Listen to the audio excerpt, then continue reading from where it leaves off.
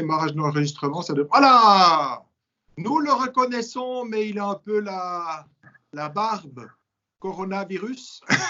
Non, c'est pas le virus, Exactement. mais là, c'est plus difficile, le coiffeur. Michel Pont, comment allez-vous? Ça va bien, ça va bien. On fait comme tout le monde, on suit les mesures avec grande discipline. Et que dans ce marasme, j'ai pas le droit de me plaindre. Ça va? Je Ça suis en va. bonne santé, on a le En bonne moral, comme santé, toujours. les vôtres. Mais quand même, il n'y a plus de football. Non, mais bon, c'est malheureusement dans l'ordre des choses et il faut faire avec. Et je pense encore une fois qu'il y a plus important aujourd'hui que le football, même si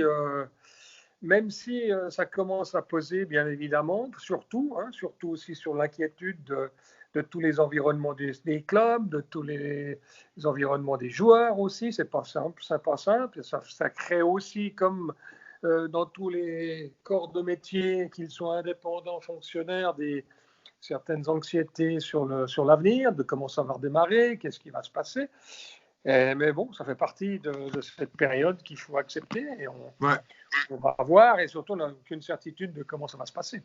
Ben oui, vous savez que le pape François aime beaucoup le football, il est fan Je sais. Hein, Ouais. une des premières interviews qu'il avait fait, on lui avait demandé qu'est-ce qu'on peut vous souhaiter. Et Ouais. puis il avait dit que mon club gagne, quelque chose comme ça. Là. Ouais. Hein? Donc ça avait surpris aussi tout le monde. C'est un fan de football. Ben voilà, c'est vrai que sans football, vous l'avez dit, il y a des choses qui sont encore plus importantes aussi dans la vie, mais ça nous manque quand même. Bien Qu'est-ce sûr. que ça vous parle aussi qu'il y ait des sportifs qui essayent, là, c'est pas le football, mais c'est notre Roger Federer national là, qui a fait, incroyable, plus des millions de vues avec le défi avec, non pas une balle de football, mais avec la petite balle. Ouais, j'ai vu le défi, ouais.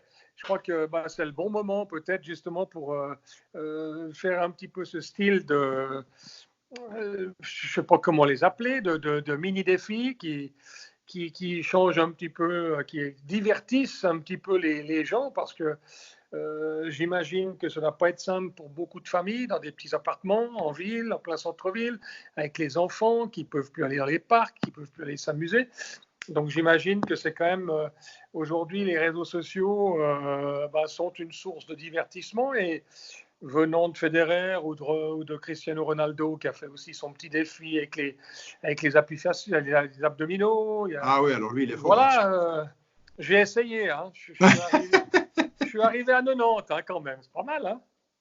Ah ouais, vous tenez la forme là. Ouais. Alors par contre, j'ai pas encore essayé Roger là. Il faut que j'essaye. Faut que je sorte ma raquette de tennis. Donc effectivement, moi, je trouve intéressant. Je trouve un petit peu moins intéressant Benoît Paire qui s'étale sur ses beuveries, mais voilà, tant que ça reste dans le divertissement, c'est quand même sympa. C'est quand même sympathique. Michel Pont, je sais que vous êtes aussi un homme sensible, un homme de cœur. On a malheureusement aussi la mort aussi un peu autour de nous. Vous avez perdu un grand ami, l'entraîneur de l'équipe nationale, avec qui vous avez Kobe Koun. Bien sûr. Qu'est-ce que vous qui êtes en deuil, on peut dire comme ça, qu'est-ce que vous souhaiteriez partager aussi peut-être avec ceux qui doivent dire au revoir à leurs proches? Bon, le départ de Kobe Koun s'est fait alors que le temps était encore normal, donc on a pu l'accompagner de la meilleure manière qui soit dans sa dernière demi-heure. Donc ça a été aussi quelque part à son image, hein, fait avec une certaine humanité et j'ai envie de dire quelques humours aussi qu'on réussit à sortir sur les hommages qui ont été faits avec Kobe, parce que ça lui ressemblait, et que le prêtre, du reste, qui a fait le culte à Zurich, eh bien, c'est pas gêné non plus de mettre quelques amorces autant propres à Kobe Koun que propres au football. Oui. Aujourd'hui, les décès sont beaucoup plus dramatiques parce qu'il n'y a aucune célébration possible, il n'y a aucun échange possible, donc aucun soutien possible non plus, que ce soit moral ou de reconnaissance ou d'accompagnement. Donc c'est 2 fois plus et nettement, largement plus douloureux. Et évidemment qu'on compatit tous sur ceux qui perdent un être cher aujourd'hui. C'est dans des conditions quand même extrêmement compliquées, extrêmement difficiles. Et on est encore en Suisse. J'ose pas imaginer ce qui va se passer dans les pays latins, en Afrique ou dans les pays en Inde, ça va être terrible. Et bon, on doit toujours avoir une petite pensée pour tous ces gens-là, qu'ils soient proches ou qu'ils soient lointains, et tenter de permettre à ceux qui restent de supporter le mieux possible cette dure épreuve, vraiment. Oui, cette dure épreuve aussi. En tout cas, moi, je n'oublie pas de prier pour vous aussi quand j'ai appris de votre ami Kobe Kuhn, avec qui vous avez partagé tant et tant d'expériences aussi pour le football. Quels sont vos projets, Michel Pons?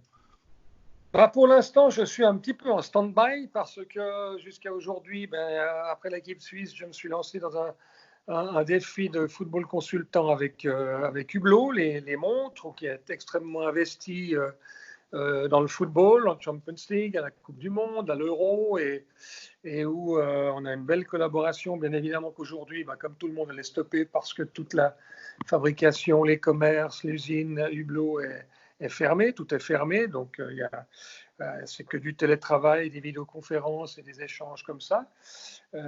J'ai un petit rôle aussi de conseiller du président au Servette, principalement pour les jeunes. Là aussi, c'est tout un petit peu en stand-by, donc je n'ai pas beaucoup de projections à faire, si ce n'est que plus des souhaits, un souhait qu'on sorte le plus rapidement possible de cette crise pour pouvoir redémarrer sur des ambitions, sur des envies, sur des projets, sur des réalisations de choses qui font partie des motivations premières de notre vie. Oui. Et il n'y a que ça à souhaiter, mais malheureusement, on ne s'en rend pas encore compte parce qu'on est extrêmement focalisé sur le côté sanitaire et de sauver nos vies et de sauver les vies des uns et des autres. Et j'incite encore une fois à tout le monde de maintenir ce confinement, de maintenir ses distances, se laver les mains, de vraiment prendre encore très au sérieux et ne se permettre aucun relâchement, principalement à notre jeunesse, bien évidemment. Où je pense que ça n'a pas été une bonne idée au départ de l'épidémie, de la pandémie, de se focaliser sur les plus de 65 ans. Il aurait fallu responsabiliser beaucoup plus vite tout le monde. Mais enfin, ça, c'est comme ça. On est toujours plus intelligent après. Et puis ensuite, j'ai surtout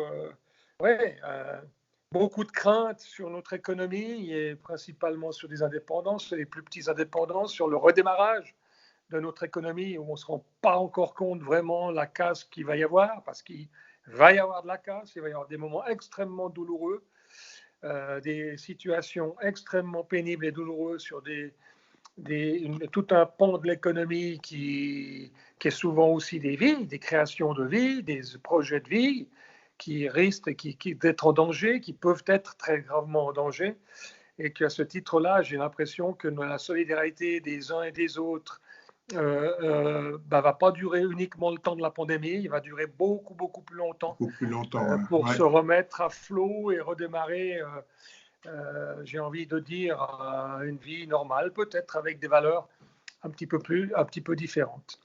Vous qui aimez entraîner la jeunesse du football et tout, puis qui avez l'esprit, la mentalité de l'esprit, vous croyez à cette remontada, on pourrait dire, mais là, vraiment... J'ai des doutes, franchement, j'ai des doutes.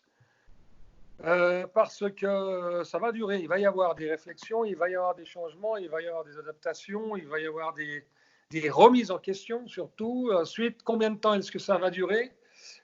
Est-ce qu'on va tout de suite se remettre la tronche dans le guidon à partir sur le rythme effréné qui nous fait prendre certaines consciences maintenant de valeurs, de rapprochement, de famille, de simplicité, de choses simples, est-ce qu'on va réussir à ralentir? Est-ce qu'on va réussir à maintenir ces remises en question un peu plus longtemps?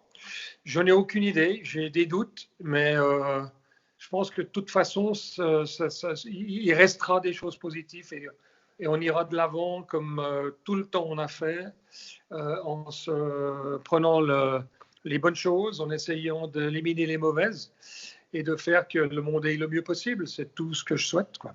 Ouais. Je sais que vous êtes aussi ouvert à la dimension spirituelle. Quand l'équipe suisse était allée jouer en Islande, vous aviez voulu rencontrer l'évêque d'Islande qui était suisse à l'époque, Monseigneur Pierre Purcher. Exact. Comment vous voyez aussi le pape François? On parlait qu'il aimait bien l'équipe de San Lorenzo. Comment vous voyez un petit peu son action d'être proche des gens malgré son âge? Vous avez peut-être vu certaines images ou... Bien sûr, non, mais je trouve que malgré son âge, c'est un pape moderne. Il se met au diapason, il se met au diapason de la jeunesse.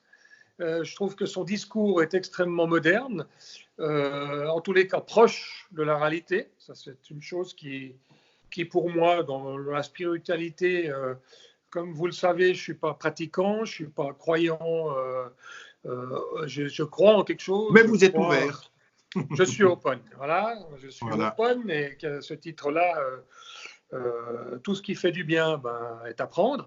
Oui. Et que le pape, dans ce sens-là, fait beaucoup de bien parce qu'il a je trouve qu'il a un discours d'une jeunesse assez incroyable, surtout par rapport à son âge. Et je pense que peut-être le foot n'y est pas pour rien, parce que le foot, c'est la jeunesse, c'est la vitalité, c'est des discours, c'est les réseaux sociaux, c'est des échanges, c'est tout ce qui fait la mouvance du foot. Et c'est peut-être pas impossible qu'en regardant le football, en écoutant les interviews, en s'imprégnant de tout ce qui tourne autour du microcosme aussi sportif, parce que j'imagine qu'il n'est pas uniquement footeux. Quand tu es footeux, tu es aussi sportif beaucoup plus large, parce que tu aimes les performances, tu aimes l'effort physique, la dépense physique. Et qu'à ce titre-là, je trouve qu'il a un discours qui est vraiment, vraiment sympa, quoi. Très bien. Et vous, Michel Pons, vous êtes un préparateur aussi mental. Vous saviez parler aux joueurs à la mi-temps, à Shaqiri et à d'autres, etc. Imaginez-vous, maintenant, vous êtes à la mi-temps, on est tous sur le banc, on a pris 5-0, on est un peu tous KO. Ouais. Qu'est-ce que vous auriez comme petit conseil, humblement, bien sûr, mais pour nous remobiliser? Très humblement, parce que mais bien sûr. Une des grandes marques de cette période et de ce virus qui a surpris tout le monde, principalement nos plus grands scientifiques et nos plus grands hommes politiques et tout le monde, ça a été la première marque de ce virus, ça a été de nous rendre très, très humbles vis-à-vis de ce qui est en train de se passer. Et puis, j'ai envie justement de dire, si on était à la mi-temps avec un 5 virus à 0 sur notre masque, surtout de croire dans l'avenir, toujours. Ouais, toujours. Donc, aujourd'hui, le ciel est bleu, magnifiquement bleu. Effectivement. Le soleil est là. Encore une fois, la simplicité de certaines choses qu'on découvre aujourd'hui va nous ouvrir les yeux sur le fait qu'il y aura une chose qui restera toujours, c'est la simplicité de l'échange entre les uns et les autres, autour d'une bonne table, autour d'une bonne bière, autour d'une bonne fête, qui c'est très simple, mais c'est où tu transmets un petit peu la niaque, ton expérience, tes problèmes qui ne sont pas seulement les tiens, mais qui sont, on se rend compte tous les jours, les mêmes, c'est celui qui est en face de toi ou avec toi, en train de boire un verre, toutes nos préoccupations, on n'est jamais seul à les porter, parce que en face de toi, tu as toujours aussi les gens qui sont en train de te porter. Donc, il faut aller vers l'autre, il faut essayer de continuer à aider, continuer à comprendre et avoir une ouverture d'esprit. Ça, pour moi, c'est le plus important, parce que on ne peut plus être fermé sur notre petit microcosme, on doit être un petit peu généreux. C'est tout. Ouais. Merci Michel Pons de nous avoir reçus chez vous. Vous avez le maillot encore de l'équipe de Suisse, c'est magnifique. Je n'ai même pas vu, avec le Puma qui est toujours prêt à bondir. À bondir, toujours. Merci de vos encouragements, merci de votre... comme vous l'avez dit, de parler ensemble. C'est vrai qu'on est à distance, mais ça nous parle beaucoup et je continue de prier pour vous. C'est très sympa. Si je peux faire un petit dernier commentaire, j'aimerais juste rappeler comment on s'est connus, à vos fidèles, entre autres, puisque c'est aussi le but. On s'est connus parce que vous organisiez un match avec vos confrères, AB, je ne sais plus comment la dénomination. Oui, c'est juste, oui. Qui finissait et que vous m'aviez demandé si on pouvait organiser entre certaines personnalités du foot un petit match qu'on avait fait à Nyon, c'est connu là. Exactement. Il y a un certain temps déjà. Il y a 15 ans. Même un temps certain. Ça ne nous rajeunit pas, mais enfin on est toujours là. Oui. Et qu'à ce titre, j'aimerais non seulement vous féliciter, mais vous remercier parce qu'on ne se voit pas, on s'entend et on s'écrit tout le temps. Et vous avez toujours été d'un soutien extraordinaire. Pas un soutien parce que j'avais besoin, mais un soutien de passionnés, un soutien de gars qui simplement ont envie de se mettre au service des uns et des autres. Et ce que vous faites aujourd'hui pour soutenir aussi à distance à travers ce que vous faites sur votre blog, ce que vous faites aujourd'hui, ce que vous faites tous les jours, tous les matins dans votre église, chapeau. Et je tiens à le souligner, à vous le souligner, à vous féliciter. Et je pense que notre relation sera à vie, certainement. Merci à vous, parce que je suis bien coaché, c'est pour ça. Merci, Michel Pont. C'est pas du coaching. À très bientôt. À très bientôt. Merci.